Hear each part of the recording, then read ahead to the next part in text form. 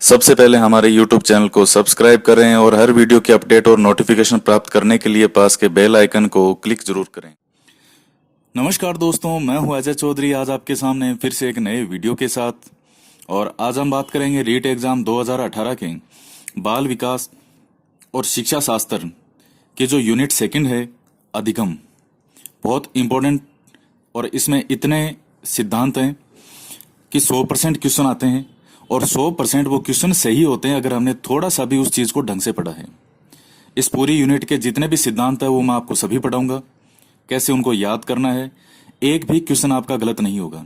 अच्छा, इसके साथ ही मैं आपको एक सूचना दे दूं कि जो मैंने फर्स्ट यूनिट का आपसे टेस्ट पेपर लिया था उसमें आप सभी का योगदान, सभी ने भागीदारी की और बहुत ही शानदार तरीके से रेस्पॉन्स इतना जबरदस्त रहा कि मैं अब और ज्यादा मेहनत करने को मोटिवेट हूं कि क्यों ना फर्स्ट यूनिट का ही एक पेपर आपसे और लिया जाए 50 क्वेश्चन का। लगभग 100 क्वेश्चन ये हो जाएंगे और चूंकि सुमेलित करने वाले क्वेश्चन होते हैं तो मान के चलिए उन 50 क्वेश्चन के अंदर भी कम से कम 70-80 क्वेश्चन आराम से होते हैं। ये 100 क्वेश्चन हो जाएंगे और हर जो वीडियो के साथ में वैसे ही क्वेश्चन है, लगभग 150 क्वेश्चन के आसपास हर यूनिट के क्वेश्चन हो रहे हैं। बाद में भी बनेंगे टेस्ट पेपर अलग से, वो अलग चीज है। तो आपको सूचना दे दी जाएगी। जो फर्स्ट यूनिट है जिसका एक टेस्ट पेपर मैं 50 क्वेश्चन का ले चुका हूं, एक और टेस्ट पेपर मैं आपका लूंगा अभी 2 या 3 दिन बाद में, और उसकी सूचना आज शाम तक या कल सुबह आपको दे दी जाएगी वीडियो के माध्यम से कि कब वो टेस्ट पेपर होगा। आपकी इतनी शानदार हो जाएगी साइकोलॉजी कि आपको यह लगेगा हम 30 में से 30 क्वेश्चन सही कर सकते हैं। तो आप अपनी जो तैयारी है उसको जारी रखिएगा और अब आपको बहुत ज्यादा मेहनत करने की आवश्यकता भी नहीं है उस यूनिट में, क्योंकि आप ऑलरेडी सब कुछ पढ़ चुके हैं। तो बस थोड़ा सा उसको रिवाइज करने की आवश्यकता है। आइए आगे हम शुरू करते हैं। अधिगम। अधिगम होता क्या है? लर्न। सीधी सी भाषा में बात करें तो अधिगम का अर्थ होता है सीखना। हम भी क्या करते हैं? अधिगम है। आप वीडियो देख रहे हैं, क्यों? सीखने के लिए। हर चीज में अधिगम जुड़ा हुआ है हमारे जीवन में। अधिगम का मतलब ही होता है लर्न, यानी सीखना। अब आप सीखेंगे तो व्यवहार में जो परिवर्तन निश्चित रूप से आएगा। एक मान लीजिए एक छोटा बालक है और उसे कुछ ये नहीं पता है कि उसे क्या करना है। जैसे मान लीजिए वो जो मन में किसी को बोल देता है, जो उसने सुना बोल दिया, लेकिन हमने उसको सिखाया कि इस तरह से नहीं बोलते, इस तरह से बोलते हैं। यानी उसने सीखा और सीखने के उपरांत उसके व्यवहार में क्या हुआ? परिवर्तन हुआ। तो कई बार परिवर्तन अच्छे भी होते हैं और परिवर्तन बुरे भी होते हैं। सीखने में दोनों ही चीजें आती हैं। जो परिवर्तन है जरूर नहीं हमेशा अच्छा परिवर्तन ही हो, जो हो सकता है परिवर्तन बुरा भी हो जाए। तो अधिगम का अर्थ होता है सीखना या व्यवहार में परिवर्तन। यानी जन्म से लेकर के मृत्यु तक व्यक्ति, बालक कुछ ना कुछ सीखता रहता है।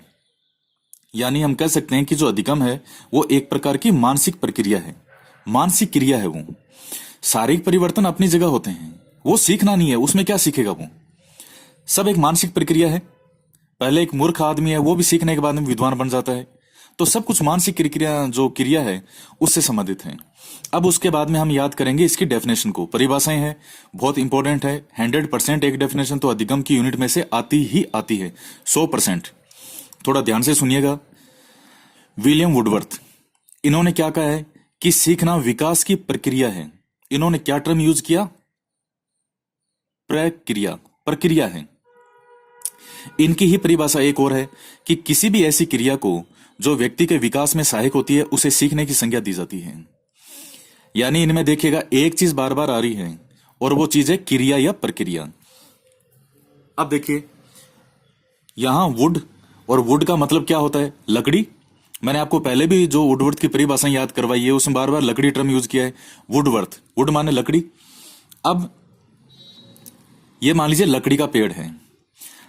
अब पेड़ पर चढ़ना अगर व्यक्ति को सीखना है, पेड़ पर अगर चढ़ना व्यक्ति को सीखना है तो उसे बार बार पेड़ पर चढ़ने की जो क्रिया है, बार बार पेड़ पर चढ़ने की जो क्रिया या प्रक्रिया है वो उसको दोहरानी पड़ेगी, तब वो व्यक्ति सीख पाएगा। जब भी आपके वुडवर्थ की परिभाषा आए या क्रिया प्रक्रिया आए तो वुड से मतलब लकड़ी और लकड़ी का पेड़, पेड़ पर चढ़ने की क्रिया बार बार उस व्यक्ति को करनी पड़ेगी, तब वो व्यक्ति सीख पाएगा। बस इतने में हमारा ये मिलान हो जाएगा कि क्रिया प्रक्रिया वाली जो लाइन है वो किसकी है, वुडवर्थ की है। उसके बाद में आती है गेट्स की परिभाषा। उसके बाद में गेट्स की परिभाषा है। गेट्स की परिभाषा क्या है? अनुभव के द्वारा व्यवहार में होने वाला परिवर्तन ही अधिगम कहलाता है। यानी अनुभव के द्वारा व्यवहार में होने वाला परिवर्तन। अब इसमें दो चीजें आपको याद करनी है। एक तो व्यवहार में होने वाला परिवर्तन, ये चीजें तो बहुत से लोगों ने बोली है। अनुभव के द्वारा, इसमें अनुभव और ये क्या है, गेट्स। तो इंग्लिश में कई बार कहते भी हैं गेट्स एक्सपीरियंस, अनुभव प्राप्त करो। गेट्स अनुभव, गेट्स एक्सपीरियंस। एक तो आप इस चीज से याद कर सकते हैं, गेट्स अनुभव। गेट का मतलब होता है प्राप्त करना, तो अनुभव प्राप्त करना, गेट्स अनुभव। आगे ये है ही व्यवहार में होने वाला परिवर्तन। दूसरा, जैसे मान लीजिए छोटा सा बालक है, आप एक छोटे से बालक को फील कीजिए, वो शिशु है 10-11 1-1.5 साल का, उससे ये सामने गेट है, गेट खुलता नहीं है, वो रोता है, चिल्लाता है, लेकिन धीरे धीरे जैसे वो बालक बड़ा होता है उसे गेट खोलना आ जाता है। क्यों? क्योंकि उसे गेट खोलने का क्या हो जाता है, अनुभव हो जाता है। गेट कब खुलेगा? गेट तभी खुलेगा जब उसे गेट खोलने का क्या होगा, अनुभव हो जाएगा। तो आप किसी भी प्रकार से याद कर सकते हैं इसको। जब भी अनुभव नाम आए तो गेट, और गेट का नाम आए तो अनुभव। उसके बाद में सेकंड परिभाषा है चार्ल्स ई स्किनर। ज्यादातर इनका नाम है वो सिर्फ स्किनर ही लिखा आता है। इनकी डेफिनेशन क्या है? व्यवहार में उत्तरोत्तर अनुकूलन अथवा सीक्वेंस, क्रमिक सामंजस्य की प्रक्रिया ही अधिगम है। उत्तरोत्तर अनुकूलन, जैसे मान लीजिए जो भी माहौल होता है तो व्यक्ति के अंदर जो व्यवहार में है उसमें क्या होगा, चेंज होगा, और उसके जो भी माहौल के अनुकूल वो अपने आप को उस माहौल के अनुकूल बना लेगा, सामंजस्य बिठा लेगा। कि तो ये जो प्रक्रिया है, ये जो प्रोसेस है व्यवहार में अनुकूलन अथवा कर्मिक सामंजस्य की प्रक्रिया, यही अधिगम है। अब ये डेफिनेशन किसने दी है? स्किनर ने। अब आप इसको कैसे याद करेंगे? इसमें मेन शब्द क्या क्या है? एक तो है कर्मिक सामंजस्य या अनुकूलन। अब इस चीज को कैसे याद करेंगे? मान लीजिए ये कोई आदमी है, ये कोई लड़का है बदमाश, और इसका नाम है गोलू, ये राजस्थान में रह रहे। अब स्किनर से आपको याद करना है स्किन। स्किन क्या होती है? त्वचा। जब यहां से जगह चेंज होगी, जैसे अगर ये जम्मू कश्मीर जाए पर्वतीय क्षेत्रों में, रेगिस्तान में जाए, पश्चिमी राजस्थान जैसे जैसलमेर बाड़मेर जाएगा, या बर्फीले पहाड़ों में जाए, तो स्किन के अंदर जो उसकी स्किन है वो धीरे धीरे, त्वचा जो है वो उस माहौल के अनुकूल, उस भौगोलिक अवस्था के अनुकूल धीरे धीरे हो जाएगी और वो उसमें सामंजस्य बिठा लेगा। शुरू शुरू में दिक्कत होती है। आप कैसे याद करेंगे? स्किन, ये कोई व्यक्ति है या हम सभी अगर किसी भी जगह चेंज करते हैं, स्थान परिवर्तन करते हैं, तो हमारी जो स्किन है, त्वचा है, वो शुरू शुरू में उसको दिक्कत होती है, लेकिन धीरे धीरे हमारी स्किन उस माहौल के अनुकूल अथवा सामंजस्य बिठा लेती है। स्किन से स्किनर, और जब भी सामंजस्य और अनुकूलन की बात आएगी, स्किन अनुकूलन बिठा लेगी। उसके बाद में आती है क्रो एंड क्रो। अब ये क्रो एंड क्रो की क्या है? अधिगम, आत्म ज्ञान और अभिव्यक्तियों का अर्जन है। वैसे भी ज्यादातर क्रो एंड क्रो की जितनी भी परिभाषाएं उनमें कम से कम 3 या 4 या 5 वर्ड होते हैं, कोमा लगा लगा के। अब आप इसको कैसे याद करेंगे? करो एंड करो। करो का याद आपको करना है करो, रो यानी डू। अब ये कोई गोलू है, इस गोलू को एग्जाम पास करना है। हमने इसे कहा, हमने इस गोलू को क्या कहा? एग्जाम पास करो। तो गोलू ने कहा कब पास करूंगा? तब पास करेगा जब गोलू की क्या बदलेगी? आदतें बदलेगी। ये रहा आदत। जब उसमें ज्ञान बढ़ेगा, ये रहा ज्ञान। और ये 3 वर्ड हैं। जब आदतें ज्ञान आएगी तो अभिवर्तियां भी आपको साथ में ये याद आ जाएगा 3-4 बार पढ़ने से। एग्जाम पास करो, तो करो से ये डेफिनेशन किसकी है? करो एंड करो की।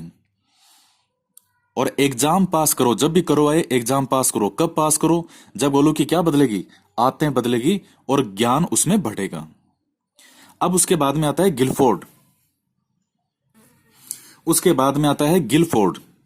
गिलफोर्ड ने कहा है कि पूर्व निर्मित व्यवहार या व्यवहार के कारण व्यवहार में परिवर्तन ही क्या है? अधिगम है। यानी इसमें व्यवहार 2 बार आएगा।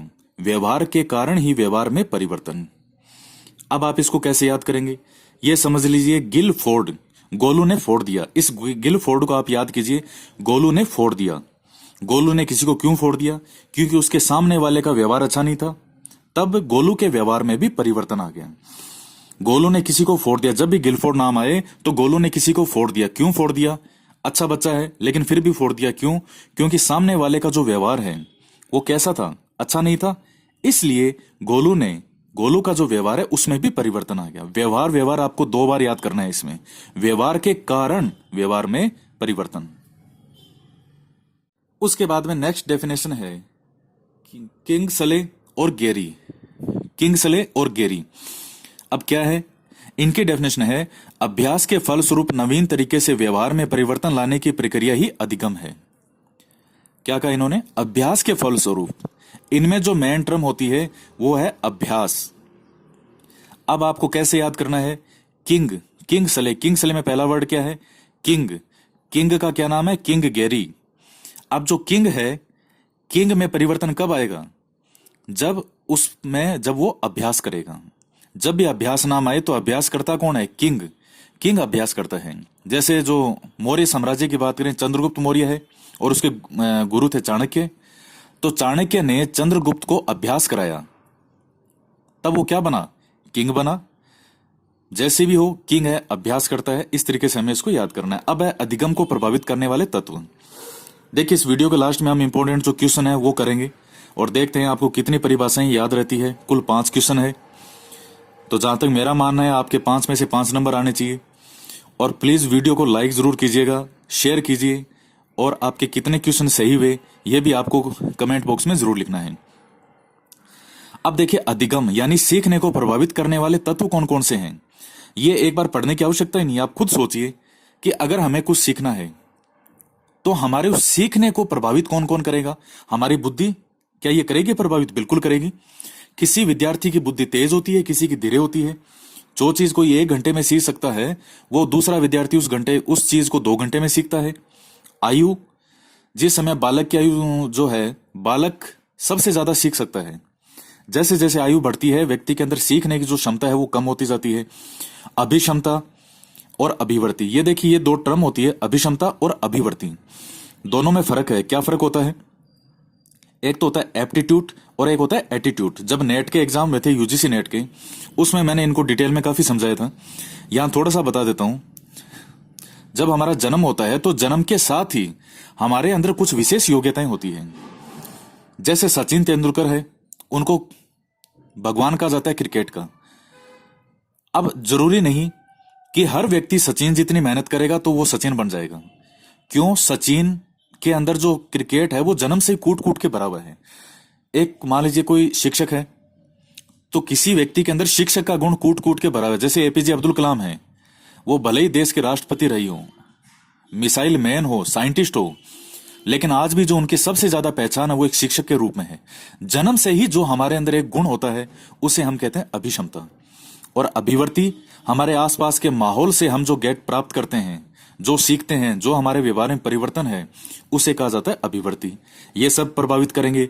रुचि प्रभावित करेगी, हमारा किस चीज को सीखने में इंटरेस्ट है। अभ्यास के द्वारा संप्रेषण, हमारा बात करने का तरीका, आयु, ये सब चीजें प्रभावित करती है। अब हम करेंगे इंपॉर्टेंट क्वेश्चन। सबसे पहला क्वेश्चन है, व्यवहार में उत्तरोत्तर अनुकूलन ही की प्रक्रिया ही अधिगम है।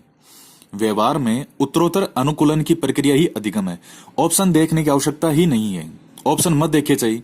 और याद कीजिए थोड़ी देर पहले जब आपको बताया था अनुकूलन, किस चीज का अनुकूलन, अब याद आ गए होंगे आपके। स्किनर, गेरी, वुडवर्थ और गेट्स। ये जो क्वेश्चन है ये सीटेट के एग्जाम में आया हुआ है, यहां नोट करना रह गया। सीटेट के एग्जाम में क्वेश्चन आया हुआ है। जो भी आज मैंने क्वेश्चन दिए ये सब एग्जाम में आए हुए हैं। क्या हो जाएगा इसका? स्किनर। स्किन होगी वही प्राप्त क्या करेगी? अनुकूलन। क्वेश्चन नंबर 2, सीखना आदतों, ज्ञान व अभिवृत्तियों का अर्जन है। व्यक्ति सीखता है तो क्या चीज अर्जित करता है? आदतें, ज्ञान, अभिवृत्तियां। अब देखिए आदतों से आपको याद आना चाहिए कि जब आदत के बारे में बताया तब आपको क्या चीज बताई थी? हमने क्या कहा था कि गोलू को एग्जाम पास करो, एग्जाम पास करो। गोलू ने पूछा कि कब करो? जब तुम्हारी आदतें बदलेगी।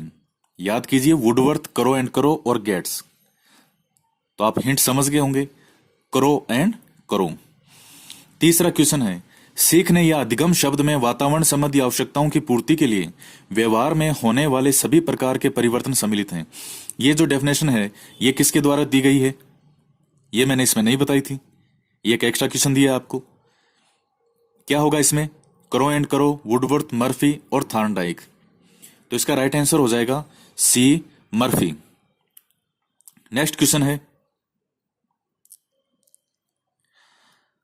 अभ्यास और प्रशिक्षण में के फलस्वरूप नवीन तरीके से व्यवहार में परिवर्तन, यह परिभाषा किसने दी है?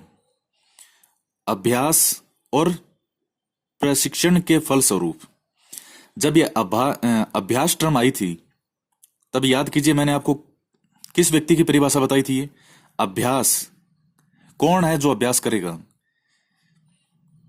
वुडवर्थ, गेट्स, करो एंड करो, और डी है कि किंग्सले और गेरी। तो इसमें क्या ऑप्शन राइट होगा? डी इसका राइट आंसर होगा, किंग्सले व गेरी। जो किंग है वो क्या करता है? अभ्यास करता है। क्वेश्चन नंबर 5, अधिगम किस पर निर्भर नहीं करता? आर्थिक स्थिति पर, अभिवर्ती पर, आयु पर और बुद्धि पर। तो आप सोचिए, अधिगम किस पर निर्भर नहीं करता? अभिवर्ती पर, यह पढ़ा है हमने, करता है। आयु पर करता है, बुद्धि पर करता है, लेकिन आर्थिक स्थिति पर निर्भर नहीं करता। ए इसका राइट आंसर हो जाएगा। एपीजे अब्दुल कलाम है, उनकी आर्थिक स्थिति ऐसी थी कि एक समय भी जो घर का भोजन है वो बचपन में मुश्किल से हो पाता था, लेकिन फिर भी अब्दुल कलाम कहां से कहां पहुंच गए ये सब जानते हैं। तो आर्थिक स्थिति को सीखने के लिए इतनी महत्वपूर्ण नहीं होती। तो दोस्तों ये था अधिगम का वीडियो। नेक्स्ट जो वीडियो है उसमें अधिगम के जो सिद्धांत हैं, सभी महत्वपूर्ण जो साइकोलॉजिस्ट में हैं उनके सिद्धांत से संबंध आएगा। प्लस इस वीडियो को लाइक जरूर कीजिएगा, शेयर कीजिए, और कितने क्वेश्चन आपके सही में हैं वो जरूर बताइएगा कमेंट बॉक्स में। 5 में से 5 होने चाहिए जहां तक मेरा मानना है। प्लस पहली यूनिट के 50 क्वेश्चंस का टेस्ट एक और लिया जाएगा, दूसरा टेस्ट और, जिसकी सूचना आपको जल्दी दे दी जाएगी। और आप अपने आप को तैयार रखें, प्रिपेयर रखें, रिवीजन पर रिवीजन करते रहिएगा। तो मिलते हैं नेक्स्ट वीडियो में एक नए टॉपिक के साथ। जय हिंद, जय भारत।